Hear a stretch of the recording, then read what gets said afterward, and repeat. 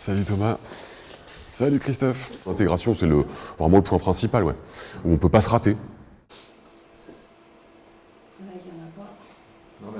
Ludovic et Quentin, qui sont nos vétérans, ils sont là depuis le début. L'idée est apparue autour des années 2010 avec deux constats principaux.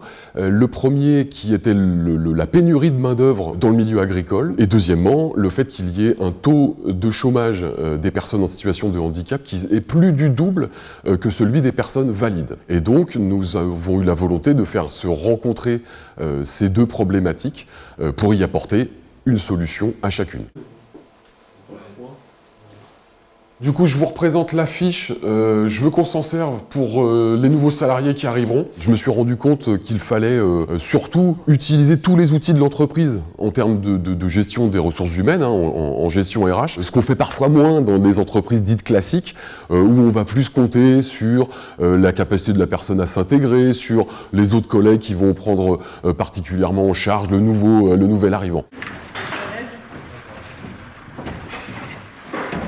Donc Jérôme, aujourd'hui, entretien annuel, on se retrouve pour faire le bilan de l'année qui s'est écoulée et puis préparer l'année prochaine. On a permis de réduire le risque sur l'ensemble des processus de recrutement. Un des impacts, par exemple, c'est très concrètement sur notre livret d'accueil, où on a donné beaucoup plus d'infos en les écrivant de manière simple, où on a revu aussi notre process pour avoir un moment au niveau de l'entretien annuel qui soit un peu moins formel. On va quand même s'en servir beaucoup pour avoir une discussion, un échange avec la personne sur la manière dont elle se sent, comment elle voit son avenir, plus que l'objectif de l'année suivante, quoi. Andrea, tu avais des photos à me montrer du chantier en forêt? Ça nous est arrivé même plusieurs fois que notre client qui connaît pas forcément l'équipe, il vient nous voir et là, il regarde l'équipe travailler et la question vient, mais en fait, qui est en situation de handicap dans l'équipe?